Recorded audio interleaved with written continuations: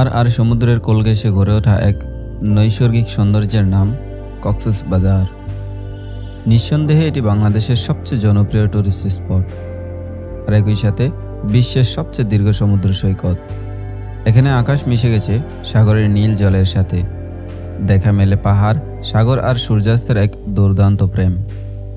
ভোরের আলোয় জেগে ওঠে নতুন দিনের স্বপ্ন, আর যখন সূর্য ধীরে ধীরে সাগরের বুকে হারিয়ে যায় তখন মনে হয় জীবনের সমস্ত ক্লান্তি যেন পানির সঙ্গে মিশে যাচ্ছে। কক্সবাজারের সৌন্দর্য সম্পর্কে এখনও অনেকেরই অজানা। এখানে এমন কিছু হিডেন জায়গা আছে যেগুলো সম্পর্কে এখনও মানুষ জানেই না। এবারের কক্সবাজার ট্রিপে আমি শেয়ার করব এমন কিছু দুর্দান্ত মুহূর্ত, আর সেই সাথে ঘুরে দেখব কক্সবাজারের আশেপাশে থাকা এমন কিছু নিরিবিলি স্থান যেখানে প্রকৃতির কোলে কাটাতে পারেন শান্তির কিছু একান্ত সময়, যেমনটা আমরা পাই বান্দরবনের গহীনে। তাহলে চলুন শুরু হোক এবারে কক্সবাজার আর পাহাড়ের গল্প। আসসালামু আলাইকুম। আমি এখন আছি কক্সবাজারের সবচেয়ে যে পুরনো বিচ, সেই বিচে দাঁড়িয়ে। এটার বর্তমান নাম হচ্ছে সানি বিচ পয়েন্ট, আর আমার পাশে হচ্ছে বিয়াম বিচ পয়েন্ট। এই দুইটা পয়েন্টে মূলত কক্সবাজারের পর্যটন কেন্দ্র শুরু হয়।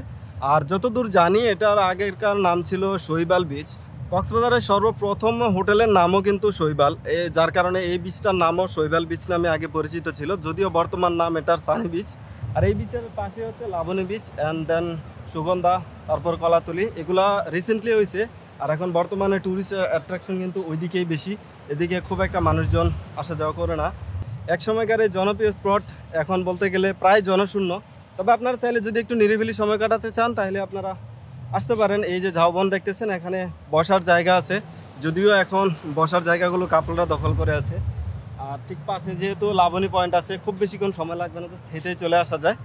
আর আজকের এই ভিডিওতে আমি আপনাদেরকে দেখাবো কক্সবাজার এসে যদি আপনারা ডে ট্যুর দিতে চান, একদিনের মধ্যে আপনারা কোথায় কোথায় ঘুরতে পারেন এবং কি খাবার খাবেন, কোথায় থাকতে পারেন, এই সব কিছুর বিস্তারিত। সো চলেন শুরু করি আজকের ভিডিও।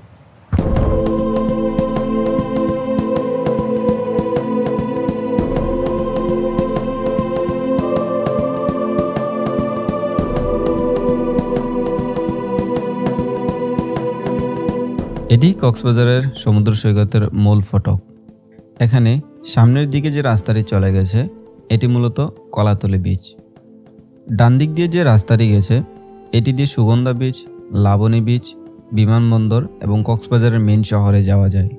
আর বাঁ দিক দিয়ে যে রাস্তাটি গেছে এটি মূলত মেরিন ড্রাইভের রোড, যেটা চলে গেছে সোজা টেকনাফ পর্যন্ত।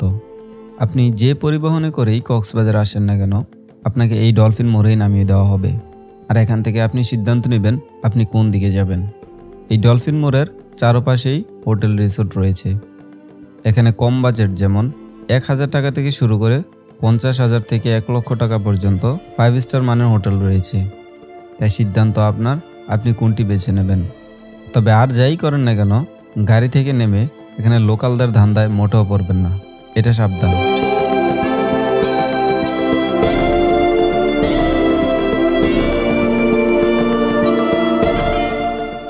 এটি হচ্ছে লাবণী পয়েন্ট, কক্সবাজারের সবচেয়ে পুরনো বিচগুলোর মধ্যে একটি।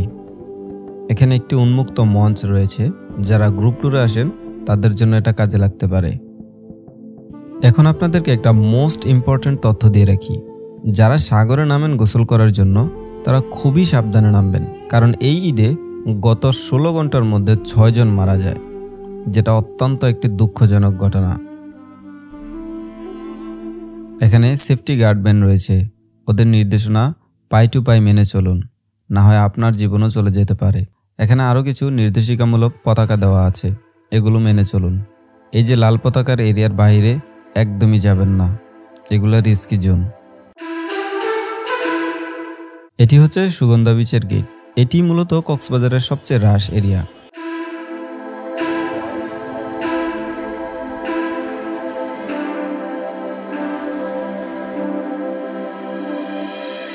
কক্সবাজারে এখন প্রচুর পরিমাণে পর্যটক। এবারের ঈদের ছুটির সময় বেশি, তাই কক্সবাজারেও পর্যটকের সংখ্যা অতিরিক্ত। তাই কেউ কক্সবাজার আসলে অন্তত আগে থেকে রুম বুকিং করে আসবেন। আপনাদেরকে একটা সতর্কতামূলক তথ্য দিয়ে রাখি, যারা মা বোন আছেন অন্তত আপনারা নিজেদের সেফটিটা মেনে চলুন। এখানে কিছু নোংরা মন মানসিকতার মানুষ ঘোরাফেরা করে, যারা আপনার অজান্তে আপনার এমন কিছু ভিডিও ধারণ করে ফেসবুক, ইউটিউব সহ নানান জায়গায় আপলোড করবে, যেটা আপনি নিজেও জানবেন না। সুগন্ধা বিচ দেখা শেষ করে রওনা দেই মেরিন ড্রাইভের উদ্দেশ্যে। গন্তব্য হিমছড়ি। হিমছড়ি কক্সবাজার শহর থেকে প্রায় 12 কিলোমিটার দূরে যার অবস্থান। কক্সবাজারের ডলফিন মোড় থেকে রিক্সা অথবা টমটমে করে আপনি এখানে আসতে পারেন। চাইলে সিএনজিতে করে আসতে পারেন। লোকাল এবং রিজার্ভ দুভাবেই আসা যায়। হিমছড়ি পাহাড়ে উঠতে গেলে অনেকগুলো সিঁড়ির ধাপ পার হয়ে উঠতে হয়, আর এর জন্য এখানে নির্দেশিকা দেওয়া আছে, যারা হার্টের রোগী আছেন তারা উপরে উঠবেন না।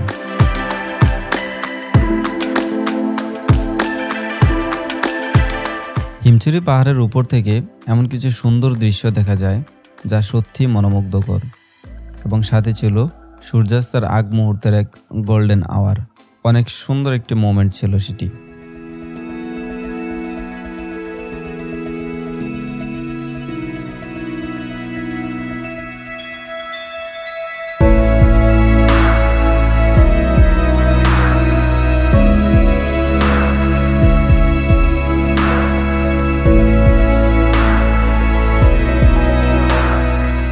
আপনাদের কাছে কি শান্তির কোনো ডেফিনেশন আছে?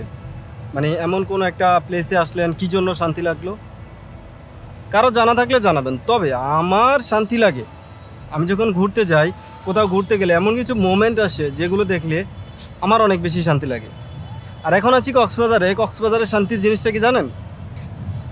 এই সানসেট, লুক এট দিস। কক্সবাজারে আসলে আমি কখনো এই জিনিসটা মিস করি না। কেন বলেছি দেখে আসেন।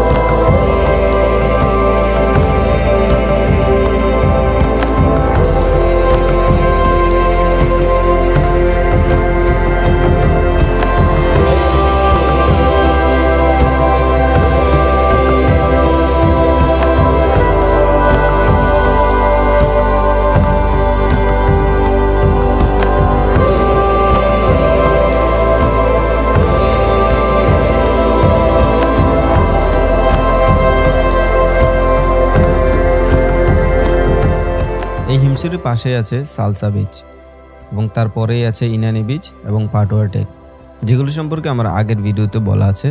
চাইলে ভিডিও শেষ করে আপনারা পরের ভিডিওটা দেখে নিতে পারেন। ও হ্যাঁ, আপনারা চাইলে এখন নতুন করে আরও একটি জায়গা ঘোরার লিস্টে রাখতে পারেন, আর সেটা হচ্ছে কক্সবাজারের নতুন নান্দনিক রেলওয়ে। এটা খুবই সুন্দর জায়গা। আপনি ট্রেনে ভ্রমণ না করলেও এই ট্রেন স্টেশনটাকে দেখে যেতে পারেন।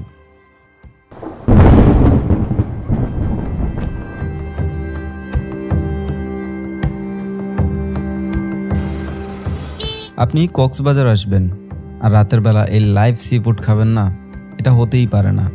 বিকেল থেকে সুগন্ধা বিচের এই পাশ ঘেঁষে অসংখ্য লাইভ সি ফুডের দোকান বসে। এখানে সাগরের ইলিশ, টোনা, লবস্টার, কাঁকড়া, অক্টোপাস সহ আরও অন্যান্য ধরনের মাছ পাওয়া যায়। এখন আসি আসল কথায়, আপনি যদি মাছ না চিনে থাকেন তাহলে এই লাইভ সি ফুডের দোকান আপনার জন্য না।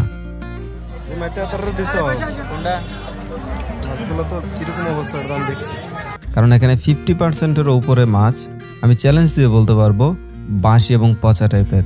যাই হোক, এই মাছ দোকানের অপর পাশে আরও অন্যান্য আইটেম আছে, বিশেষ করে কক্সবাজারের ঐতিহ্যবাহী শুটকি। এখানে বেশ অনেকগুলো শুটকির দোকান আছে এবং বেশ ভালো পরিমাণে শুটকি পাওয়া যায়। যারা শুটকি কিনতে আগ্রহী তারা এই ড্রাগন মার্কেটে চলে আসতে পারেন। তবে এখানে শুটকি ছাড়াও মেয়েদের কসমেটিক্স, বিভিন্ন ধরনের শোকেস সহ আরও অন্যান্য আইটেম পাওয়া যায়। আপনি না কিনলেও এগুলো ঘুরে দেখতে পারেন, বেশ ভালো লাগবে।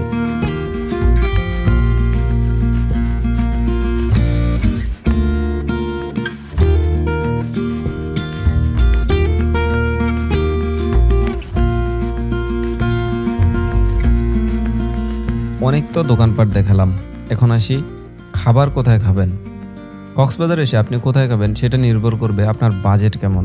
এই সুগন্ধা বিচের রাস্তার পাশেও খোলামেলা পরিবেশে অনেক দোকান আছে যেখানে খুবই কম বাজেটে আপনি খেতে পারেন। কিন্তু কথা একটাই, এখানকার খাবারগুলোও প্রায় বাসি থাকে। তবে আপনি যদি একটু মিড রেঞ্জে বা একটু ভালো খাবার খেতে চান তাহলে কক্সবাজার এরকম ভালো মানের অনেক রেস্টুরেন্ট আছে, আপনারা সেগুলোতে খেতে পারেন।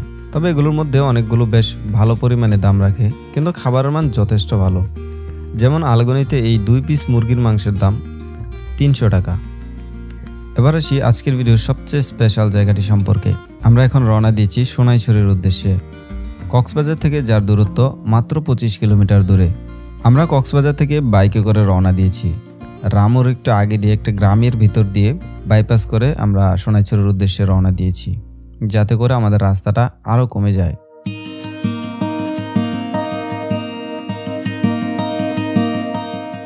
যেতে যেতে দেখি হঠাৎই কাদা ভর্তি রাস্তা।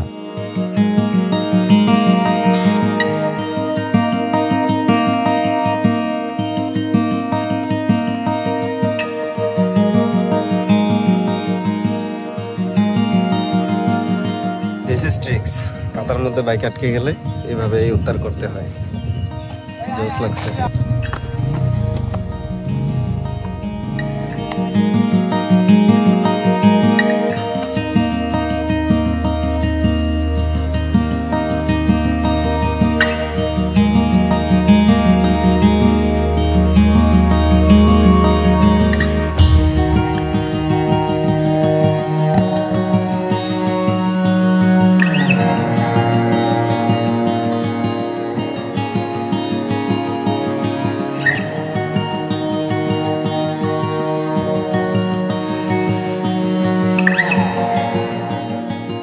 আমি এখন আছি নাইক্ষ্যংছড়ি উপজেলার সোনাইছড়িতে। এখানে যে এত সুন্দর একটা জায়গা থাকবে এটা আসলে আমি কখনো কল্পনাও করিনি। আমার চারপাশে হচ্ছে পাহাড়। এটা মূলত বান্দরবান জেলাতেই পড়ছে, বাট কক্সবাজারের খুবই কাছে, মাত্র 30 থেকে 40 মিনিট বাইক রাইড করলে এখানে চলে আসা যায়। আমার আশেপাশে জায়গাটা দেখেন, শুধু পাহাড় আর পাহাড়। কি সুন্দর জায়গা, মানে কক্সবাজারের কাছেও এত সুন্দর একটা জায়গা আছে, এটা আসলে আমি কখনো কল্পনাও করতে পারি নাই। পাহাড়ের বুকে যদিও আমি একটু ঘামাই রয়েছি, বাট এই জন্যই বাতাসটা আমার অনেক বেশি ভালো লাগতেছে। আর এই যে পাহাড়ে আসলে এই জিনিসগুলো একটু বেশি ভালো লাগে। এখানে থাকার মতো কটেজও আছে। আমি আসলে এই জায়গাটা সম্পর্কে একদমই জানতাম না। মানে কক্সবাজারের খুব কাছে এত সুন্দর একটা জায়গা এবং থাকার মতো এত সুন্দর একটা পরিবেশ আমার আসলে জানা ছিল না। কেউ যদি কক্সবাজার এসে হাতে টাইম থাকে এক্সট্রা, তাহলে এই জায়গাটা ঘুরে যেতে পারেন। খুবই সুন্দর জায়গা একটা। সোনাইছড়ির এই জায়গাটি সম্পূর্ণ একটি হিল ট্রেক এরিয়া, তবে এটি বান্দরবান জেলার নাইক্ষ্যংছড়ি উপজেলার একটি অংশ। জায়গাটি বান্দরবান জেলাতে পড়লেও কক্সবাজার থেকে খুবই কাছে। আর এই জায়গাটিতে যদি আপনি আসতে চান তাহলে আপনাকে কক্সবাজার থেকেই আসতে হবে। আর এখানে আসলে আপনি 2টি জায়গা দেখতে পারবেন, প্রথমত সোনাইছড়ি আর পরে আছে নাইক্ষ্যংছড়ি লেক।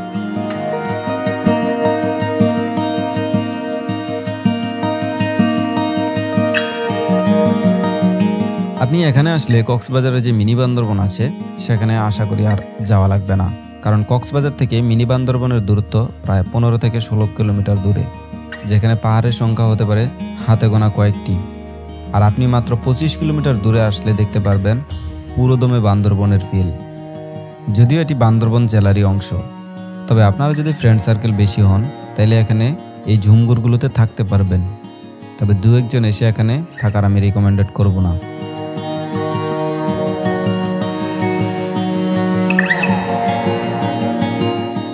সোনাইছড়ি শেষ করে আমরা রওনা দিই নাইক্ষ্যংছড়ি লেকের উদ্দেশ্যে। যাওয়ার পথে রাস্তাগুলো ছিল বেশ সুন্দর এবং এনজয়েবল, কারণ পাহাড়ি রাস্তা আমার কখনোই বিরক্ত লাগে না।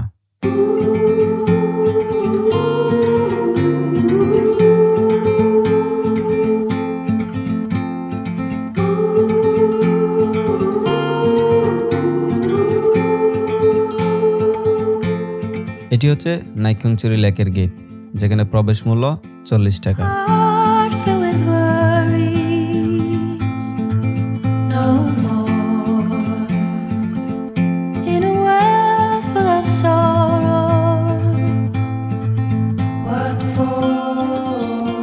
watch the world from the place beneath the willow. এই জায়গার সব থেকে স্পেশাল হলো এই ঝুলন্ত ব্রিজ। এখানকার লেকটি যদিও আয়তনে খুব একটা বেশি বড় নয়, কিন্তু ঝুলন্ত ব্রিজটি বেশ ভালো পরিমাণে বড়, এবং যারা কাইকিং করতে ভালোবাসেন তারা চাইলে কাইকিংও করতে পারেন।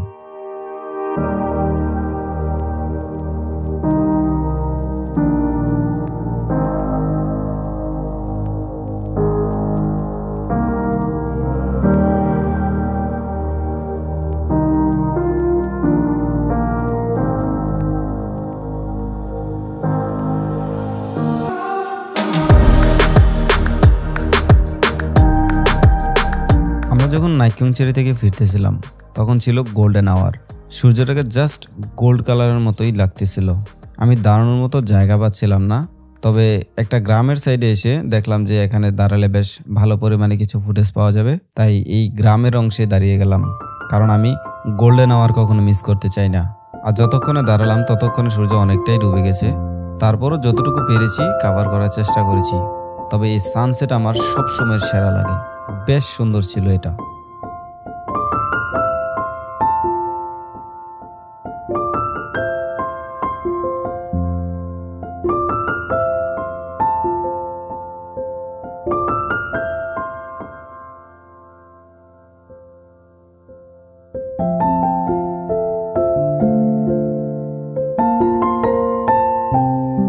সো এই ছিল কক্সবাজারের ভিডিও। আশা করছি সবার বেশ ভালোই লেগেছে।